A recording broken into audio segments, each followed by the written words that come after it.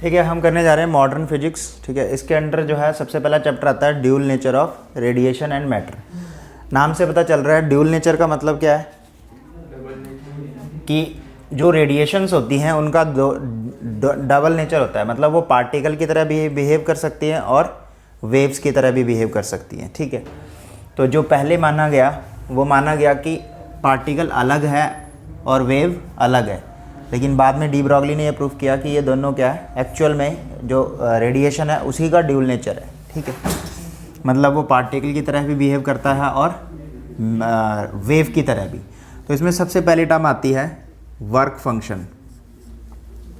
सबसे पहली term work function.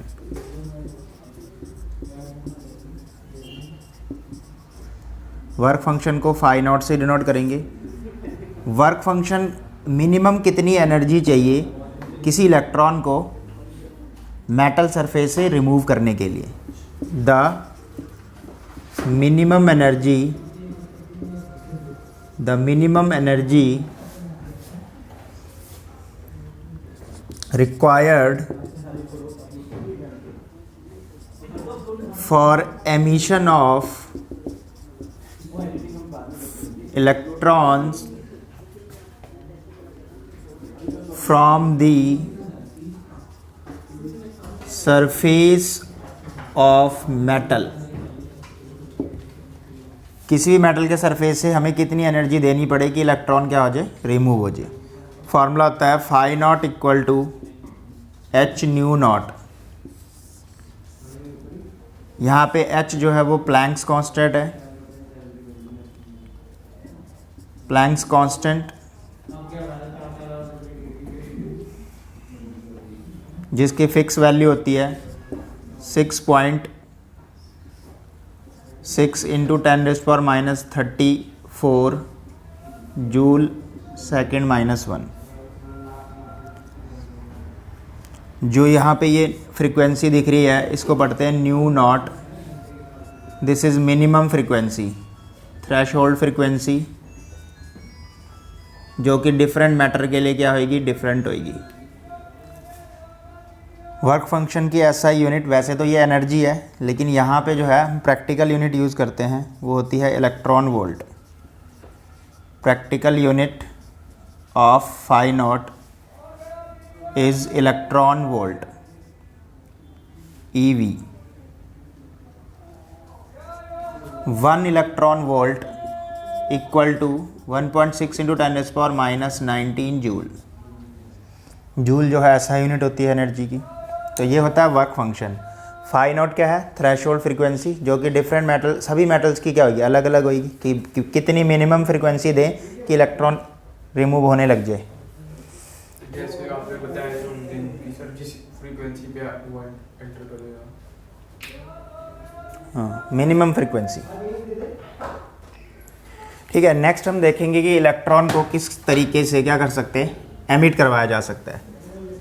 तो नेक्स्ट हेडिंग डालिए इलेक्ट्रॉन एमिशन। इलेक्ट्रॉन को आप किस तरीके से क्या कर सकते हो, एमिट कर सकते हो। तो इसके बहुत सारे तरीके हो सकते हैं, उसको हमने एनर्जी ही देनी है। तो पहला तरीका है थर्मोनिक। थर्मोनिक एमिशन में क्या करेंगे, टेम्परेचर को बढ़ाया जाएगा। ठीक है, थर्मोनिक एमिशन में टेम्परेचर को इंक्रीज़ किया जाएगा। टेम्परेचर इंक्रीजेज, मेटल का टेम्परेचर इंक्रीज़ करेंगे, इलेक्ट्रॉन निकल जाएंगे। दूसरा होता है फील्ड एमिशन। फील्ड एमिशन है with the help of electric field, with help of electric field.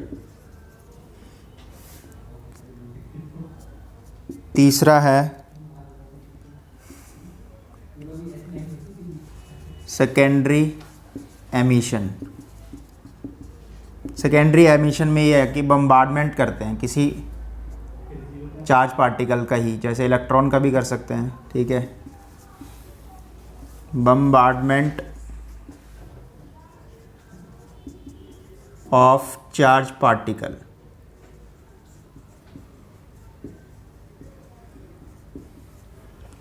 मतलब मेटल सरफेस पे चार्ज पार्टिकल को बम्बार्ड किया जाता है, bombardment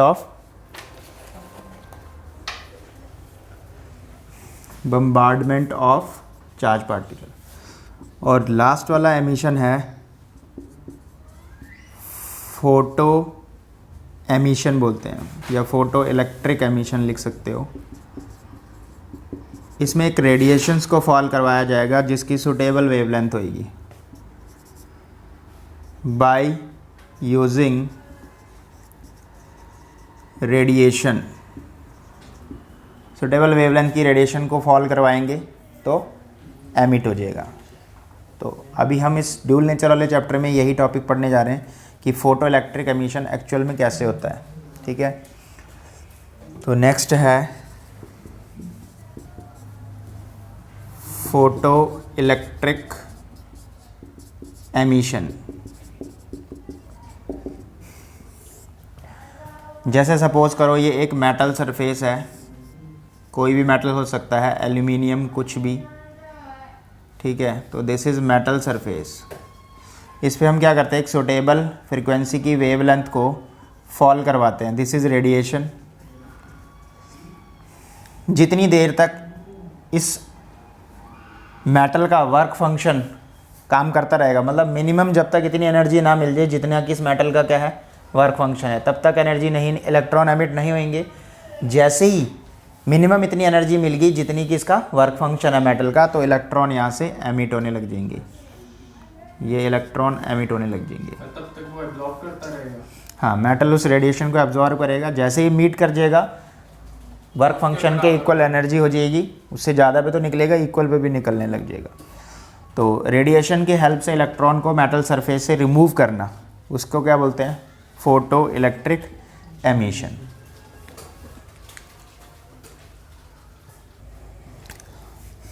the emission of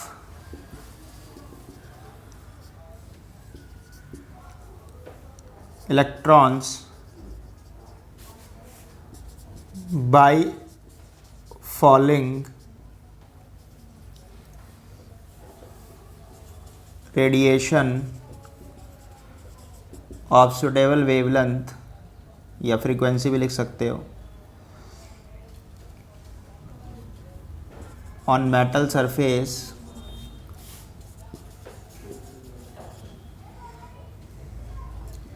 is called photoelectric emission। जो इलेक्ट्रॉन निकलेंगे उनको फोटो इलेक्ट्रॉन बोला जाएगा। The emitted electron, the emitted electrons are called photoelectrons. And जो करंट होएगा, एंड करंट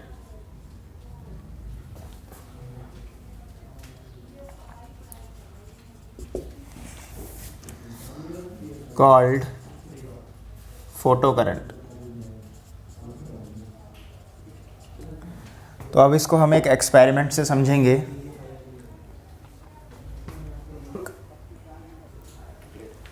ठीक है, अब हम करने जा रहे हैं experimental study of photo electric effect. तो हमने क्या किया, यहाँ पे दो प्लेट्स ले ली। पहले इस अरेंजमेंट को ध्यान से देखिए। इस ट्यूब को बोलते हैं इवैक्यूएटेड ट्यूब। इसके अंदर एक फोटो सेंसिटिव प्लेट होती है सी, जिसको नाम दिया गया है, और एक इसे एमीटर प्लेट भी बोलते हैं। और ये जो सामने मेटल दिख रहा है आपको, ये ए जो है, ये भी एक मेटल प्लेट ही है, जिसको हम कलेक्टर बोलेंगे, मतलब इलेक्ट्रॉन यहाँ पे कलेक्ट होंगे। इस इवैक्यूएटेड ट्यूब के इस विंडो पे एक क्वार्ट्ज ट्रांसपेरेंट विंडो लगी होती है, मतलब यहाँ पे इसे क्वार्ट्ज ट्रांसपेरेंट विंडो बोलती है, जहाँ से एक सुटेबल फ्रीक्वेंसी की रेडिएशन ही अंदर एंटर कर सकती है। तो यहाँ से लेट सपोज कि अल्ट्रा वायलेट रेज जा रही है, तो यहाँ पे सन बना लेते हैं। तो अल्ट्रा वायलेट रेडिएशंस कहाँ फॉल कर रही हैं, फोटो सेंसिटिव प्लेट में। कौन फिल्टर कर रहा है, ये क्वार्ट्ज विंडो। ठीक है, यहाँ से जैसे इलेक्ट्रॉन यहाँ पे फॉल करेंगे तो क्या होगा कि पहले तो इलेक्ट्रॉन एकदम से नहीं निकलेंगे, थोड़ा टाइम लगेगा। क्यों टाइम लगेगा, क्योंकि वर्क फंक्शन जितनी मिनिमम एनर्जी देनी पड़ेगी। तो तो जब मिनिमम इतनी एनर्जी मिल जाएगी जितना इस मेटल प्लेट का, सी वाली प्लेट का क्या है, वर्क फंक्शन है, तो इलेक्ट्रॉन यहाँ से इजेक्ट होने लग जाएंगे, इलेक्ट्रॉन निकलने लग जाएंगे। और अगर ये पॉजिटिव पोटेंशियल है इस पर, मतलब पॉजिटिव टर्मिनल कनेक्ट है, तो ये कलेक्टर प्लेट उन इलेक्ट्रॉन्स को क्या कर देगा, अट्रैक्ट कर देगा अपनी तरफ, और ये करंट फ्लो होने लग जाएगा। ठीक, अच्छा, इसके बाद देखते हैं कि अगर मैं इस इंटेंसिटी को बढ़ाऊं तो करंट पे क्या फ़र्क पड़ेगा। जैसे जैसे हम इस रेडिएशन की इंटेंसिटी को बढ़ा देंगे, इंटेंसिटी को बढ़ाएंगे तो जो मिनिमम एनर्जी है वो जल्दी मिल जाएगी। इंटेंसिटी को बढ़ाएंगे तो जो मिनिमम एनर्जी है, वर्क फंक्शन जितनी चाहिए थी वो जल्दी मीट हो जाएगी, जल्दी हो जाएगी तो इलेक्ट्रॉन जल्दी निकलेंगे। इसका मतलब इंटेंसिटी बढ़ाने पे करंट भी बढ़ेगा, इलेक्ट्रॉन तेज़ी से भागेंगे। रेडिएशन की इंटेंसिटी बढ़ाने पे फोटो करंट इंक्रीज़ हो जाता है। तो अगर इसका ग्राफ बनाए हम, तो लेट सपोज इस डायरेक्शन में करंट बना लेते हैं और इधर इंटेंसिटी, तो डायरेक्टली प्रोपोर्शनल है, दोनों क्या है, डायरेक्टली प्रोपोर्शनल।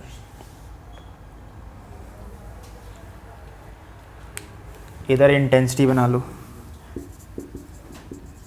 एक्स एक्सिस में इंटेंसिटी बना लो और वाई एक्सिस में, क्योंकि अब हम अगले जो ग्राफ बनाने जा रहे हैं इधर को करंट ही बनाएंगे, फोटो करंट।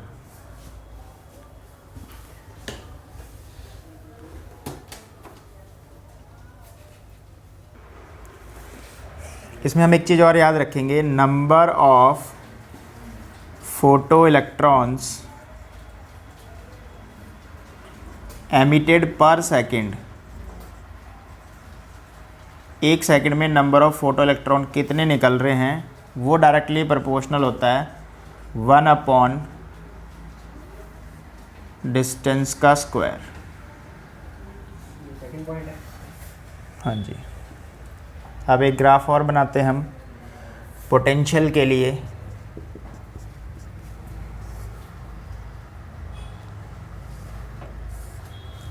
तो इधर को करंट, इधर को पोटेंशियल।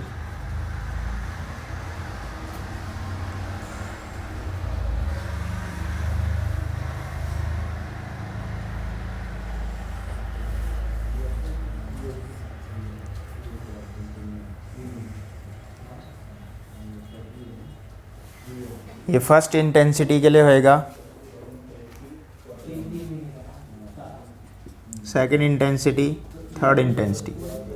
तो इंटेंसिटी फर्स्ट वाली ज़्यादा है क्योंकि उसके लिए उस करंट देखो ये ज़्यादा है। ये तीनों ग्राफ एक ही पॉइंट से स्टार्ट हो रहे हैं, इसे बोलते हैं स्टॉपिंग पोटेंशियल। स्टॉपिंग पोटेंशियल वो मिनिमम वोल्टेज होता है जहाँ पे फोटो करंट ज़ीरो होता है, फोटो करंट यहाँ पे ज़ीरो है, इसको बोलते हैं स्टॉपिंग पोटेंशियल। यहाँ पे I1 is greater then I2 is greater then I3। Intensity बढ़ाने पे करंट बढ़ता है, I1 I2 इंटेंसिटीज़ है, तो I1 देख ज़्यादा है, करंट ज़्यादा है, फिर I2 फिर I3। तीनों ग्राफ एक ही जगह से स्टार्ट हो रहे हैं। इस पोटेंशियल को बोलते हैं मिनिमम कितना नेगेटिव पोटेंशियल है इस मेटल पे, सी वाले पे, ठीक है, जिस वजह से इलेक्ट्रॉन उधर को रिपेल हो रहे हैं, क्योंकि इस ये पॉजिटिव होना चाहिए तभी ये अट्रैक्ट करेगा, तो ये नेगेटिव होएगा। मिनिमम कितना नेगेटिव होएगा, ये V0। इसे क्या बोलते हैं, स्टॉपिंग पोटेंशियल। तो स्टॉपिंग पोटेंशियल की डेफिनेशन लिख सकते हैं हम, ठीक है। तो स्टॉपिंग पोटेंशियल की आप डेफिनेशन लिख सकते हो, stopping potential, the negative potential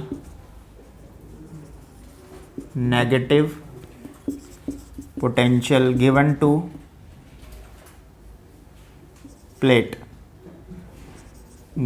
to plate c. वो डायग्राम में जो प्लेट सी थी उसको कितना नेगेटिव पोटेंशियल दें, व्हेन नो करंट फ्लोइंग, मतलब इलेक्ट्रॉन अभी निकल नहीं रहे हैं, व्हेन नो करंट फ्लोइंग, उसको बोला जाता है स्टॉपिंग पोटेंशियल। सिंबल है V0, तो EV0 काइनेटिक एनर्जी। जब मतलब V0 क्या है, पोटेंशियल, और चार्ज क्या है इलेक्ट्रॉन पे, E, तो चार्ज इंटू पोटेंशियल अगर मल्टीप्लाई करूँ तो क्या निकल जाएगा, काइनेटिक एनर्जी। तो इलेक्ट्रॉन की मैक्सिमम काइनेटिक एनर्जी किसके इक्वल होएगी, EV0 के। आप इसको हाफ mv मैक्सिमम भी लिख सकते हो।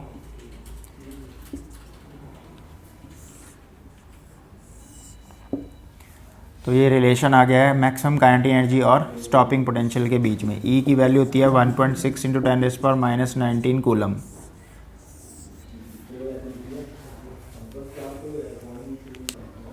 तीसरा ग्राफ है फ्रीक्वेंसी और स्टॉपिंग पोटेंशियल के बीच में। तो इधर को बना लेते हैं स्टॉपिंग पोटेंशियल और ये है फ्रीक्वेंसी। इधर को करंट का ही ग्राफ है। अब देखो मैं फ्रीक्वेंसी बढ़ाऊंगा तो स्टॉपिंग पोटेंशियल ऐसा होएगा। देखो ये सैचुरेशन स्टेट होएगी, एक ऐसा पॉइंट आएगा जिसके बाद ये सैचुरेशन स्टेट क्यों होती है, क्योंकि जितने इलेक्ट्रॉन होंगे मेटल में जब सब निकल जाएंगे तो तब करंट क्या हो जाएगा, मैक्सिमम। उससे ज़्यादा तो नहीं निकल सकते, तो वो होगी सैचुरेशन स्टेट। ये वाली फ्रीक्वेंसी ν3, ये वाली ν2, ν1।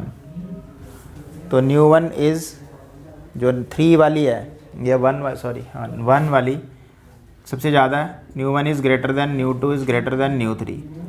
ये है V पोटेंशियल फर्स्ट, थर्ड ये सेकंड वाले के लिए ले लेते हैं और ये फर्स्ट वाले के लिए। तो जितना ज़्यादा ग्राफ में देखो, जितना ज़्यादा फ्रीक्वेंसी है, फर्स्ट वाली ज़्यादा है ना, तो उतना ज़्यादा पोटेंशियल मोर नेगेटिव है। ये वाला पॉइंट कम नेगेटिव होएगा, ये वाला और ज़्यादा, ये वाला और ज़्यादा, तो ये मोर नेगेटिव। तो इसका मतलब for higher frequency more will be more negative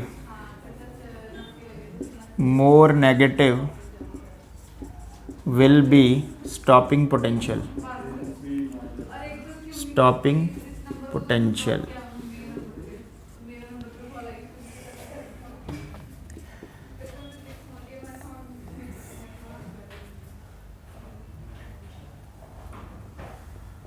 अगर मैं इधर को फ्रीक्वेंसी बना दूं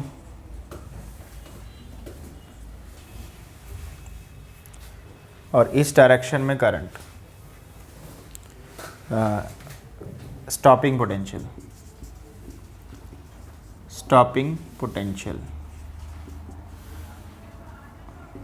और दो डिफरेंट ग्राफ की बात करूं तो एक मेटल ऐसे और दूसरा मेटल ऐसे। ये मेटल ए का ग्राफ, ये मेटल बी का ग्राफ। ये डॉटेड लाइन बना लो क्योंकि इससे पहले तो एमिशन होएगा नहीं। इसे कहते हैं मिनिमम फ्रीक्वेंसी, जिसे थ्रेशोल्ड फ्रीक्वेंसी बोलते हैं। तो मिनिमम फ्रीक्वेंसी जिसके बाद इलेक्ट्रॉन एमिट होएंगे, मतलब करंट फ्लो होएगा।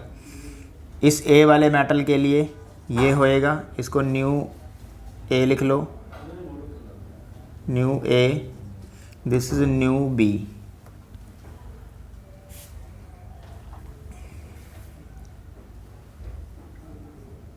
ये वाला ग्राफ में ये जो हाइट, ये जो आपको परपेंडिकुलर दिख रहा है, ये h है और ये E है। तो h/E क्या हो जाएगी, स्लोप। h/E को क्या बोलते हैं, slope of graph stopping potential और फ्रीक्वेंसी के बीच में। मेटल ए के लिए है, मेटल बी के लिए ई इतना होएगा, एच इतना होएगा।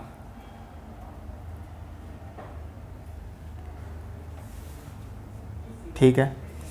अच्छा, इसके बाद यहाँ पे थ्रेशोल्ड फ्रीक्वेंसी, जो ये मिनिमम फ्रीक्वेंसी है जिसके बाद क्या हो रहा है, इलेक्ट्रॉन एमिट हो रहे हैं, इसको क्या बोलते हैं, थ्रेशोल्ड फ्रीक्वेंसी। एच परपेंडिकुलर, ई base, perpendicular over base slope होता है। द मिनिमम फ्रीक्वेंसी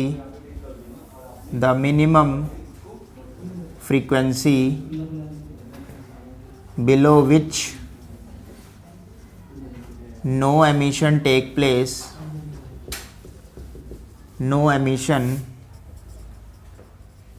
place जिससे बिलो क्या है, इलेक्ट्रॉन नहीं निकलते हैं, उस फ्रीक्वेंसी को बोलते हैं थ्रेशोल्ड फ्रीक्वेंसी।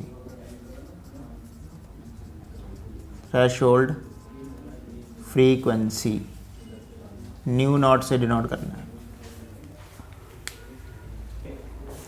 ठीक है, अब है आइंस्टाइन फोटो इलेक्ट्रिक इक्वेशन। अब आइंस्टाइन का क्या कहना है, अकॉर्डिंग टू हिम, कि जब भी किसी मेटल पे एक रेडिएशन को फॉल करवाया जाता है तो वो रेडिएशन में जो एनर्जी है वो फोटोन की लैंग्वेज में आती है, मतलब वो फोटोन के पैकेट्स की फॉर्म में आती है।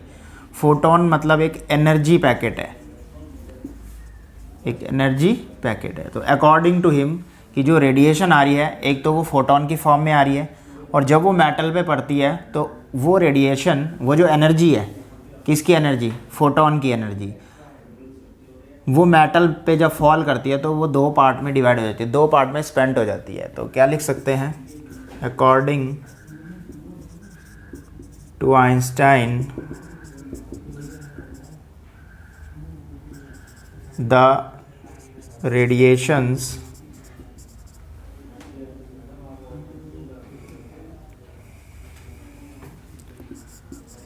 False,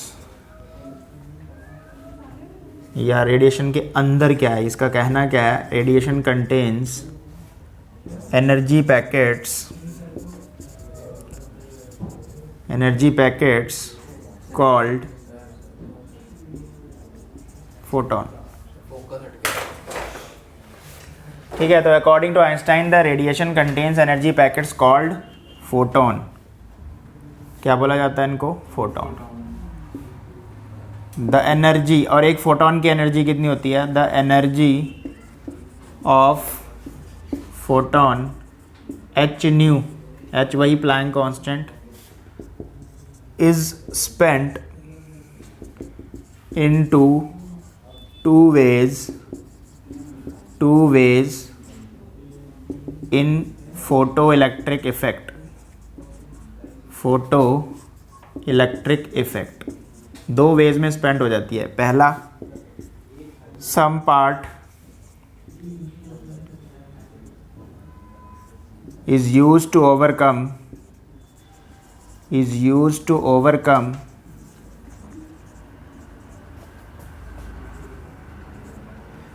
some part is used to overcome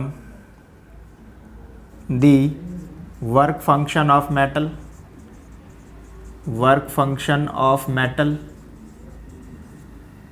and जो बचा हुआ पार्ट है, remaining part is used to provide kinetic energy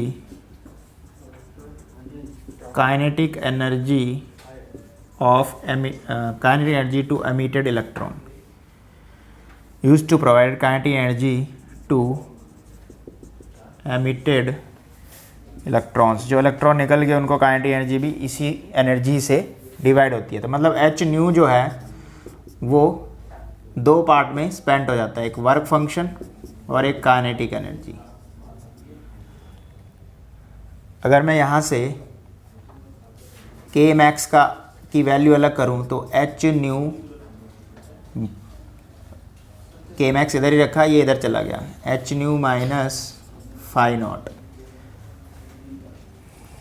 यहाँ पे वर्क फंक्शन की भी वैल्यू पुट कर सकते हैं, तो क्या आ जाएगा, K max equal to h nu minus h nu not, work function h nu not होता था, के मैक्स को ई वी नॉट पुट कर सकते हैं, एच कॉमन ले लो, nu minus nu naught, v naught equal to h by e nu minus nu naught. तो ये फिर से रिलेशन आ गया, stopping potential is directly proportional to वो फ्रीक्वेंसी के साथ, जैसा ग्राफ बनाया था हमने ऐसे, ये वाला, इधर को वी नॉट होता है, इधर को फ्रीक्वेंसी होती है, ये मिनिमम, ये एच हो गया, देखो एच बाई ई, इसी को स्लोप बोलते हैं। ये परपेंडिकुलर हाइट जो है वो एच होगी, और ये वाली बेस ई, और एच बाई ई को ही क्या बोलते हैं, टैन थीटा या slope. Tan theta equal to h by e यहाँ पे वो थीटा बन रहा है, ये मिनिमम फ्रीक्वेंसी, h/e को बोलते हैं स्लोप। स्लोप किस ग्राफ का? स्टॉपिंग पोटेंशियल और फ्रीक्वेंसी के बीच ग्राफ का। अगर हम वेवलेंथ के साथ रिलेशन बनाएं तो v0 इक्वल टू क्या आया था? h/e new minus nu not. Frequency जो होती है वो c/λ होती है, तो hc/λ, इस e को भी अंदर ले जा रहा हूँ। इसमें क्या पुट करेंगे? c/λ0, तो hc/λ0 e। क्या पुट किया मैंने? फ्रीक्वेंसी को c/λ पुट किया और थ्रेशोल्ड फ्रीक्वेंसी को c/λ0।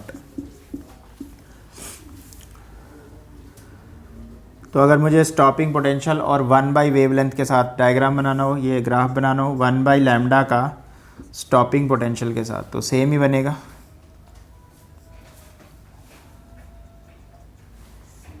जो ये hc/λ0 e तुम्हें दिख रहा है, उस इस इंटरसेप्ट को बोलते हैं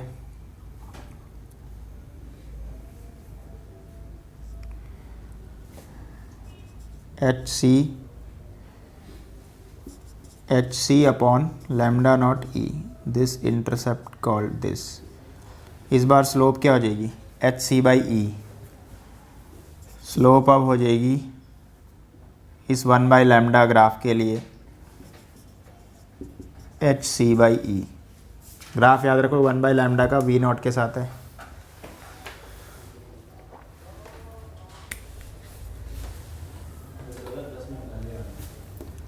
अब करेंगे प्लैंक्स क्वांटम थ्योरी।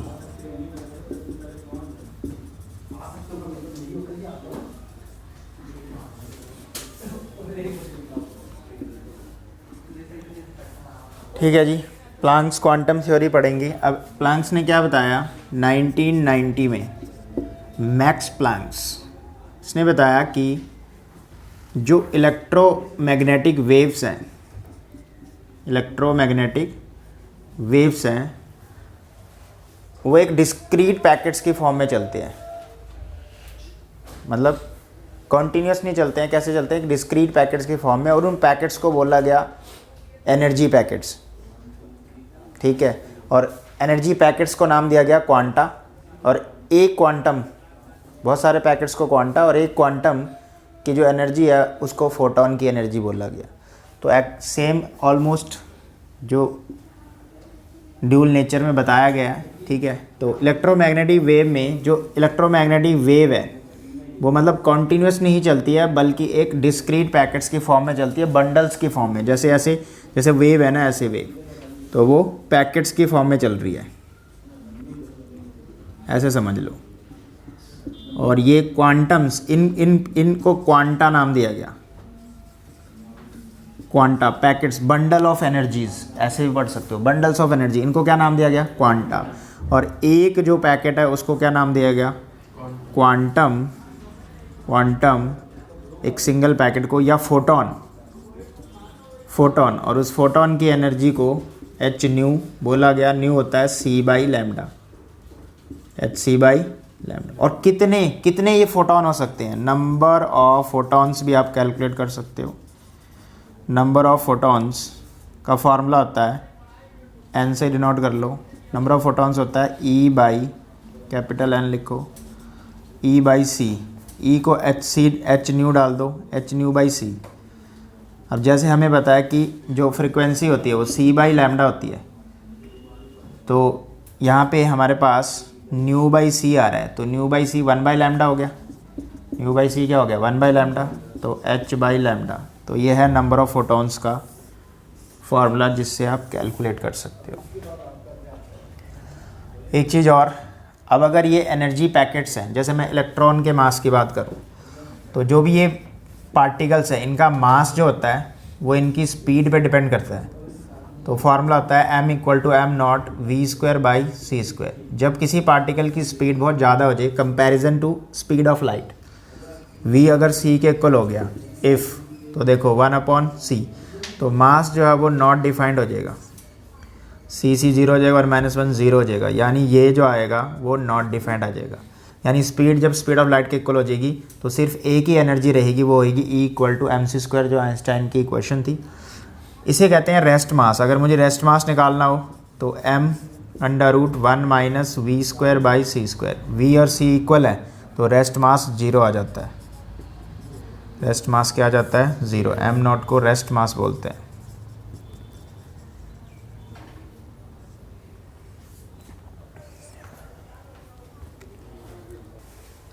यहाँ पे सही कर लो, ये जो है मोमेंटम है, नंबर ऑफ फोटोन नहीं निकले अभी, नंबर ऑफ फोटोन बताऊंगा कैसे।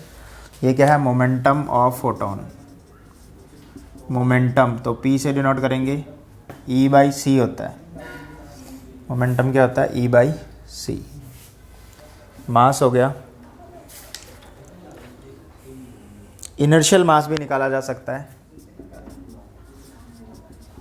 इनर्शियल मास का फॉर्मूला होता है E/c²। E/c²। E को h न्यू पुट कर लो, c² को ऐसे ब्रेक कर दो 2 बारी। न्यू/c देखो क्या निकाला था? 1/λ। तो h, इसको 1/λ डाल दिया, एक c रहेगा। तो ये आ गया इनर्शियल मास का फॉर्मूला। इसको सही कर ले, ये मोमेंटम है।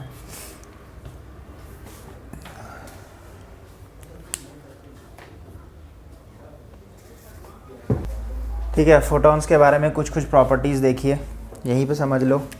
फोटॉन किस पे डिपेंड कर रहा है? पहली प्रॉपर्टी फोटॉन्स फ्रीक्वेंसी, फिर फोटॉन की फ्रीक्वेंसी पे डिपेंड कर रहा है।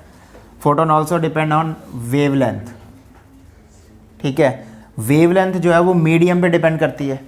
वेवलेंथ किस पे डिपेंड करती है? मीडियम पे। मतलब मीडियम चेंज होएगा तो वेवलेंथ चेंज होएगी, और वेवलेंथ चेंज होएगी तो स्पीड चेंज होएगी। वेवलेंथ चेंज होएगी तो स्पीड चेंज होएगी। ठीक है, यानी कि डिफरेंट मीडियम के लिए डिफरेंट स्पीड हो सकती है फोटोन की। ठीक है, फ्रीक्वेंसी पे तो डिपेंड कर ही रहा है। एक और चीज़, जो फोटोन की टोटल एनर्जी होती है और मोमेंटम होता है, टोटल एनर्जी और मोमेंटम वो कंजर्व्ड रहता है। ठीक है, लेकिन नंबर ऑफ फोटोन कंजर्व नहीं रहते हैं, क्योंकि फोटोन पार्टिकल्स का जब कोलिजन होएगा तो एब्जॉर्ब भी हो सकता है फोटोन और न्यू क्रिएट भी हो सकता है। इसलिए नंबर ऑफ फोटोन क्या नहीं रहते हैं? कंजर्व्ड नहीं रहते हैं। ठीक है, दूसरा जो फोटोन होता है वो इलेक्ट्रिकली न्यूट्रल होता है, मतलब इलेक्ट्रिक फील्ड और मैग्नेटिक फील्ड से ये डिफ्लेक्ट नहीं हो सकता है। तो ये basic properties Planck's quantum theory के अकॉर्डिंग बताई गई हैं। ठीक है, इंटेंसिटी ऑफ लाइट का मतलब होता है energy flux. It is defined as the energy crossing per unit area per second, यानी किसी एरिया से कितनी एनर्जी फोटोन की पास हो रही है 1 सेकंड में, 1 यूनिट एरिया से 1 सेकंड में, उसे ये बोलते हैं एनर्जी फ्लक्स या इंटेंसिटी ऑफ लाइट। तो लेट सपोज मैंने मान लिया कि P जो है वो पावर है किसकी? सोर्स की, जहाँ से ये फोटोन फॉल कर रहे हैं। ये एक एरिया है जिससे इन्होंने क्रॉस करना है 1 सेकंड में। I इंटेंसिटी होता है और E एनर्जी होती है। तो एनर्जी का फॉर्मूला, एक फोटोन की एनर्जी कितनी होती है? h new. तो नंबर ऑफ फोटोन अगर n है तो NH न्यू हो जाएगा। न्यू को क्या डाल सकते हैं? c/λ। न्यू होता है c/λ। P for power, power जो है वो एनर्जी डिवाइड बाई टाइम होती है। एनर्जी ये थी, तो एनर्जी डिवाइड बाई टाइम कर दिया। एनर्जी कितनी है n फोटोन की? NH new, NH new by T। अच्छा, number of photon per second, T को अगर मैं 1 सेकंड डाल दूं तो इसको n/T को क्या पढ़ा जाएगा? Number of photon per second, तो उसको बोलते हैं स्मॉल n। तो ये n/T को स्मॉल n डाल दिया, h nu as it is. Nu को फिर से क्या डाल दिया? Nu equal to c/λ। तो डिफरेंट फॉर्मूले आपको याद रखने हैं। Number of photon per second निकालना हो तो power divide by energy, energy h nu डाल दिया, न्यू को फिर से c/λ। इंटेंसिटी निकालनी हो अगर, तो इंटेंसिटी निकालने के लिए power divide by area, area power की जगह E/T डाल दिया, E फिर से number of photon per second into h nu, और न्यू को फिर से डाल देंगे c/λ। Intensity power divide by 4πr², inversely proportional to r²। पता किसके लिए? अगर सोर्स पॉइंट है, पॉइंट सोर्स के लिए, पॉइंट सोर्स के लिए ये। और अगर लाइन सोर्स है, सोर्स है एक लाइन एक पॉइंट सोर्स होता है, एक लाइन सोर्स होता है। लाइन सोर्स है तो नीचे 2πr आ जाता है, इन्वर्सली प्रोपोर्शनल टू r आ जाता है। ये किसके लिए है? लाइन सोर्स के लिए। तो ये आपने इंटेंसिटी के फॉर्मूले याद रखने हैं, डिफरेंट। ठीक है, ठीक है। अब हम पढ़ेंगे force pressure exerted by the force और प्रेशर एक्सर्टेड बाय फोटोन। तो लेट सपोज ये एक रिफ्लेक्टिंग सरफेस है, तो फोटोन इस पर टकराया, तो फोटोन का मोमेंटम क्या होएगा, ये इंसिडेंट फोटोन है, इंसिडेंट टकराने वाले का ये होएगा, और जो रिवर्स वापस आएगा रिफ्लेक्टेड वाला उसका माइनस हो जाएगा। तो ये मोमेंटम है। तो चेंज इन मोमेंटम निकालना हो, चेंज इन मोमेंटम उसको बोलते हैं डेल्टा पी। फाइनल मोमेंटम कितना है, एच, एक फोटोन का है, अगर एन फोटोन है तो कितना आ जाएगा, minus n h by lambda minus n h by lambda. क्या फॉर्मूला होता है चेंज इन मोमेंटम का, P2 minus P1। P2 negative था, ये बीच में माइनस है, P1 पॉजिटिव था, वो माइनस इसलिए आ रहा है। एन से क्यों मल्टीप्लाई किया, क्योंकि नंबर ऑफ फोटोन एन है, टोटल नंबर ऑफ फोटोन। तो डेल पी इक्वल टू आ जाएगा -2NH बाई लैम्डा। इतना जो फोटोन का मोमेंटम हुआ चेंज, तो सरफेस पे कितना होगा, इतना ही बट पॉजिटिव। तो change in momentum of surface, जितना फोटोन का उतना ही but positive, 2NH by lambda. ठीक है जी। फोर्स आ जाएगा, न्यूटन्स का लॉ लगा देते हैं। फोर्स का फॉर्मूला होता है change in momentum divide by time. तो चेंज इन मोमेंटम क्या है, 2NH बाई लैम्डा, और n by delta T, number of photon per second को स्मॉल n बोलते हैं, small n 2H by lambda. Small n किसको बोलते हैं, number of photon per second. तो ये फोटोन का एक फोर्स का एक फार्मूला आ गया, F equal to N 2H by lambda, equation number 1। Force आ गया तो प्रेशर आ जाएगा, pressure force over area N2H by lambda, area, force over area.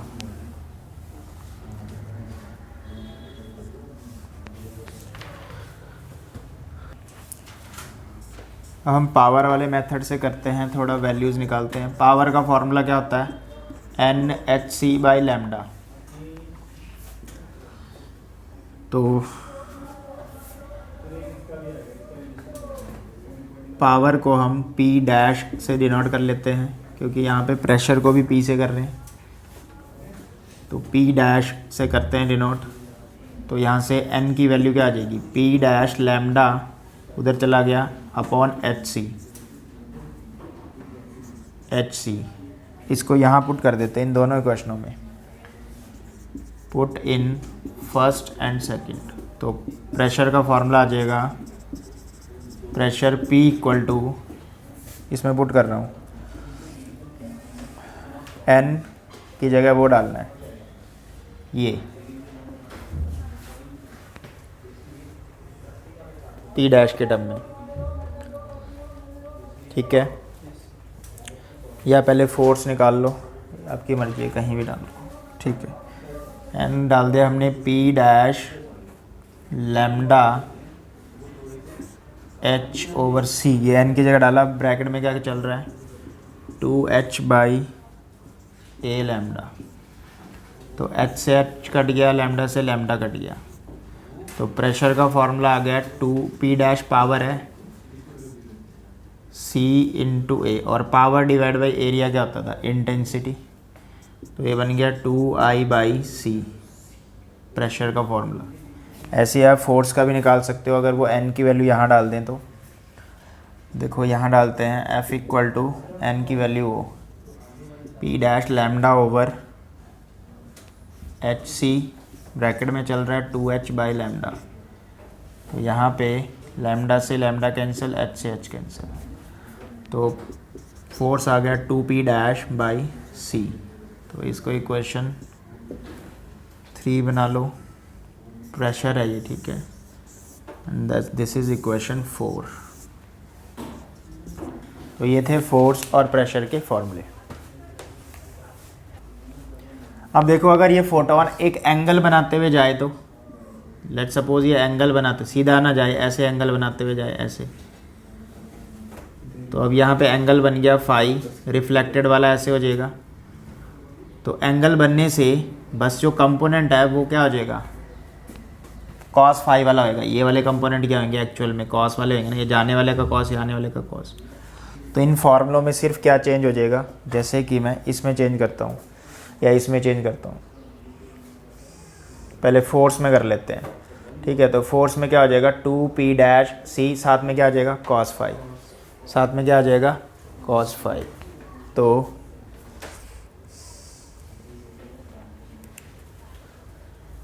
और उस वाले में क्या आ जाएगा 2i/c cos फाई। तो सीधा लिखते हैं प्रेशर का हो जाएगा 2i/c cos फाई और फोर्स का हो जाएगा 2p' cos फाई। साइन वाले कंपोनेंट कैंसिल आउट हो जाएंगे क्योंकि वो तो सरफेस के साथ ही ओवरलैप हो जाएंगे। सरफेस, अगर देखो ये सरफेस कैसा लिया था मैंने, रिफ्लेक्टिंग लिया था। अगर ये एब्जॉर्बिंग सरफेस हो, अगर एब्जॉर्बिंग वाला केस में करूं, तो अगर ये सरफेस में कैसा ले लूं, एब्जॉर्ब करे जो, तो जो फोटोन जाएगा एक ही जाएगा ना अंदर, अब रिफ्लेक्ट तो होएगा नहीं, अब तो एब्जॉर्बिंग है। तो जो P2 होएगा वो 0 हो जाएगा, तो P2 0 हो जाएगा। तो बस ये 2 नहीं आएगा, अब ये 2 नहीं आएगा, ये 2 नहीं आएगा, हर फॉर्मूले से 2 हट जाएगा बस, क्योंकि अब एक तरफ का ही मोमेंटम होएगा ना, P2 0 हो गया तो जहाँ जहाँ 2 है वो सब हट जाएगा। अगर सरफेस एब्जॉर्बिंग है, रिफ्लेक्टिंग वाली सारी डेरिवेशन रिपीट हो जाएगी, ये सारे फॉर्मूले बस। अभी इसको 2 रहने दो क्योंकि मैंने सरफेस कौन सा बनाया है, रिफ्लेक्टिंग। बाकी अगर यहाँ पे भी सरफेस कैसा हो, एब्जॉर्बिंग, तो ये 2 भी हट जाएगा। कॉम्पटन इफेक्ट कैसा इफेक्ट होता है, देखो जब किसी फोटोन जो है किसी इलेक्ट्रॉन की वजह से क्या हो जाता है, स्कैटर्ड हो जाता है। जैसे मान लो यहाँ पे एक इलेक्ट्रॉन है, इलेक्ट्रॉन रेस्ट पे है, माइनस चार्जेस, ठीक है। इलेक्ट्रॉन किस पे है, रेस्ट पे। इस पे एक फोटोन पड़ा, फॉल किया, जिसकी एनर्जी थी h न्यू और वेवलेंथ थी लैम्डा इनिशियल। तो क्या हुआ कि ये इलेक्ट्रॉन इधर को चला गया, इलेक्ट्रॉन इधर को चला गया और फोटोन इधर को चला गया। तो फोटोन का फाइनल एनर्जी इतनी होगी h न्यू डैश और ये लैम्डा f फाइनल हो गया। जो पहले एनर्जी होती है, एनर्जी का फॉर्मूला क्या होता है hc/λ। तो जो इंसिडेंट वाली फोटोन होती है उसकी वेवलेंथ ज़्यादा होती है, तो एनर्जी क्या हुई, कम। उसकी वेवलेंथ क्या होती है, ज़्यादा, तो एनर्जी क्या हुई, कम। स्कैटर्ड वाले की इंसिडेंट, इसकी एनर्जी कम है और इसकी एनर्जी क्या है, ज़्यादा। ये कौन है, इंसिडेंट फोटोन। इंसिडेंट फोटोन की एनर्जी कम होती है, नहीं, स्कैटर्ड वाले की एनर्जी कम होती है, बाद में कम हो जाएगी क्योंकि कुछ इसको मिल जाएगी ना इलेक्ट्रॉन को। अरे कि ये इसको एनर्जी कहाँ से मिली, इसी में से तो मिली है, तो ये ज़्यादा हुई ना और ये क्या हुई, कम। तो H जो ये वाली एनर्जी है, स्कैटर्ड एनर्जी, जो स्कैटर्ड एनर्जी है, the energy of scattered photon, energy of scattered photon less होती है, is less than energy of incident photon. अब जितना ये डिफरेंस है, the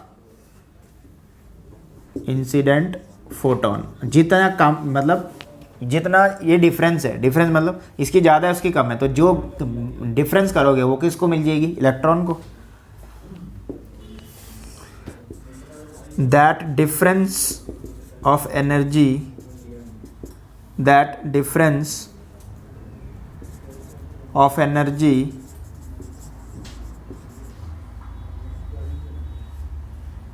act as kinetic energy of electron. यही वो एनर्जी है जो इलेक्ट्रॉन को काइनेटिक एनर्जी प्रोवाइड करती है, काइनेटिक एनर्जी ऑफ इलेक्ट्रॉन। तो अब आता है कॉम्पटन शिफ्ट। कॉम्पटन शिफ्ट का मतलब है चेंज इन वेवलेंथ, क्योंकि अगर एनर्जी स्कैटर्ड वाले की ज़्यादा है तो लैम्डा एफ और लैम्डा, ये ज़्यादा एनर्जी है, ये कम एनर्जी है, तो लैम्डा फाइनल क्या हुआ, ज़्यादा। अरे ई का फॉर्मूला क्या होता है, एच सी बाई लैम्डा, तो इन्वर्सली प्रोपोर्शनल टू लैम्डा है। अब अगर ये एनर्जी कम है तो लैम्डा ज़्यादा हुआ और ये कम हुआ, तो लैम्डा फाइनल में से अगर मैं लैम्डा इनिशियल माइनस करूँ, इसी को बोलते हैं कॉम्पटन शिफ्ट। तो delta lambda equal to h upon m not c 1 minus cos phi. Phi जो है इस फोटोन का स्कैटरिंग एंगल है और थीटा इलेक्ट्रॉन का है। यानी जो कॉम्पटन शिफ्ट है या चेंज इन वेवलेंथ है वो किस पे डिपेंड करती है, Planck constant, speed of light और इस स्कैटरिंग एंगल पे, फोटोन के स्कैटरिंग एंगल पे। अगर एंगल हम 0 डिग्री ले लें तो cos 0 1 होता है, तो सिर्फ ये बचेगा एच एम नॉट बाई सी। तो डेल्टा लैम्डा इक्वल टू आ जाएगा एच एम नॉट इंटू सी, ठीक है। और ये ऑलमोस्ट 0.24 नैनोमीटर के आसपास आना चाहिए, नैनोमीटर होता है ये, हाँ। अगर 180 डिग्री है, नहीं cos 0 पे ये 0 हो जाएगा। देखो यहाँ पे cos 0 की वैल्यू क्या होती है, 1, 1 माइनस 1 0, तो डेल्टा लैम्डा क्या हो जाएगा, 0 हो जाएगा, ठीक है। अगर मैं 90 डालूँ तो डेल्टा लैम्डा, अब cos 90 0 हो जाएगा, अब आएगा h अपॉन एम नॉट सी, कितना आ जाएगा 0.24 नैनोमीटर। अगर हम 180 डिग्री डालें, cos 180 डिग्री -1 हो जाएगा, -1 माइनस प्लस हो जाएगा, ट्वाइस हो जाएगा, मतलब इसका ट्वाइस हो जाएगा। तो delta L equal to 2h by M not C 0.48 nanometre. तो कॉम्पटन शिफ्ट आपको निकालना आना चाहिए। डेफिनेशन लिख सकते हो, the scattering of photon by electron is called Compton effect.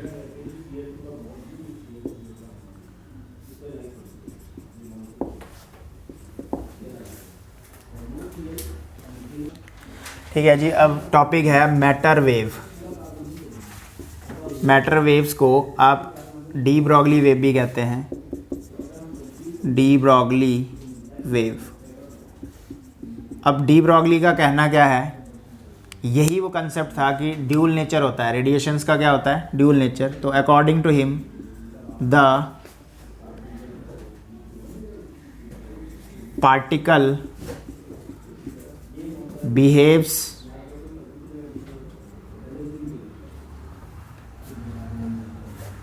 as its dual nature। कैसे बिहेव करता है कि उसके दो नेचर हैं।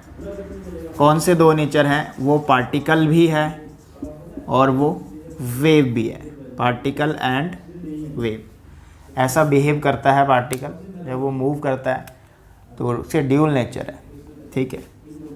चाहे वो पार्टिकल की फॉर्म में ट्रैवल करे, चाहे वो वेव की फॉर्म में ट्रैवल करे। उसके साथ साथ एक एसोसिएटिव वेव भी चलती है। इसका कहना ये है, the associated wave travelling with particle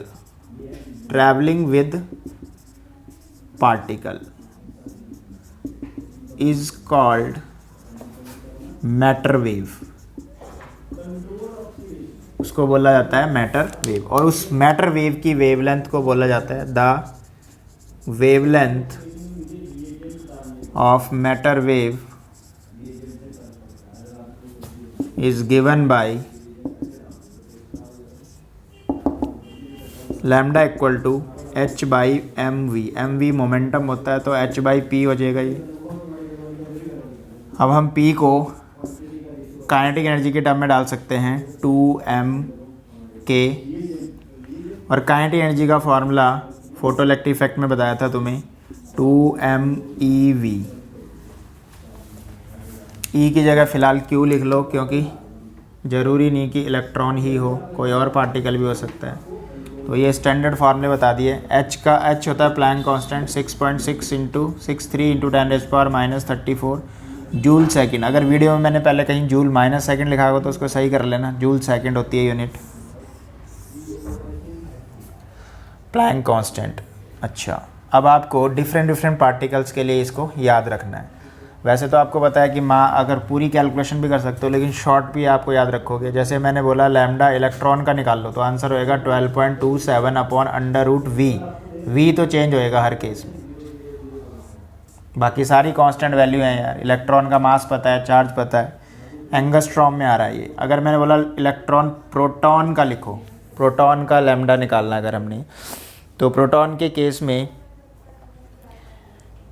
ये आ जाता है 0.286/√v एंगस्ट्रॉम। और ड्यूट्रॉन की केस में, ड्यूट्रॉन अगर बोला है तो 0.202/√v। और अगर अल्फ़ा पार्टिकल बोला है तो 0.101/√v एंगस्ट्रॉम। तो ये सभी वैल्यूज़ जो हैं वेवलेंथ किसी भी पार्टिकल का पूछ रहा है, ये स्टैंडर्ड बता दिए। इसके अलावा आता है तो आपको यहाँ पुट करना पड़ेगा। अब हम इसको टेम्परेचर के साथ भी एक रिलेशन बना सकते हैं। अगर हम इस काइनेटिक एनर्जी को याद करो, क्योंकि हम क्या पढ़ रहे हैं कि ये एक पार्टिकल है, ये एक मैटर है, ठीक है, ये क्या है, एक मैटर है। तो चार्ज पार्टिकल समझ लो। तो चार्ज पार्टिकल जो हम काइनेटिक थ्योरी ऑफ गैसेस में पढ़ते थे कि जो एनर्जी होती है, जो एवरेज एनर्जी होती है, average kinetic energy of gas molecules की जो बात करते थे, वो होती थी 3/2 kBT, ठीक है। तो अगर मैं उसके साथ इसको रिलेशन बनाऊं तो यहाँ पे काइनेटिक एनर्जी कितनी होती है, average kinetic energy of a gas molecule √2 तो रहेगा, m रहेगा 2m, कितनी होती है 3/2 kBT। kBT जो है वो, kB जो है वो बोल्ट्जमैन कांस्टेंट है। टेम्परेचर ये मैंने किसकी जगह डाला, एनर्जी की जगह, तो 2 से 2 कट जाएगा, तो एक रिलेशन भी आ गया टेम्परेचर की टर्म में, ये वाला 3m kBT। यहाँ पे लिख लेते हैं जो बोल्ट्जमैन कांस्टेंट है kB।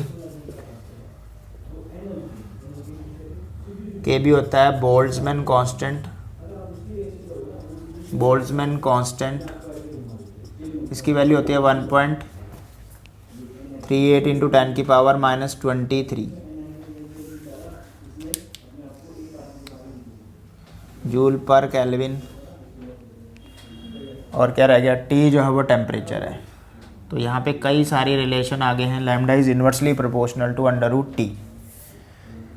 तो ओवरऑल जो है वेवलेंथ निकालने के लिए आपको पूछी जा सकती है इसमें। यहाँ पे आप एनर्जी को क्या पुट किया हमने, यहाँ पे E/V0, और एक बार एनर्जी को क्या पुट किया 3/2 kBT, ये गैस मॉलिक्यूल्स के टर्म में, ठीक है। तो ये था dual nature of radiation and matter, ठीक है। तो ओवरऑल ये चैप्टर जो है इतना ही है जितना मैंने आपको करवाया। एक टॉपिक इसमें और है, डेविडसन और जर्मर एक्सपेरिमेंट, ठीक है, उसको हम फिर किसी दूसरी वीडियो में कवर करेंगे।